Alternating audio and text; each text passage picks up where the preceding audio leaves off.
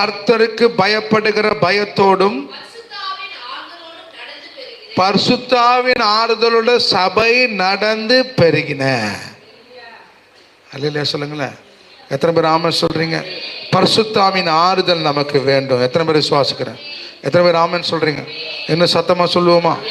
அதைத்தான் கர்த்தர் விரும்புகிற. சபை இன்னும் கலிக்கம் போட்ட கண்ணோடு இருக்கக்கூடாது. சபை ஆண்டுடைய மகிமைக்குள்ள வரணும்.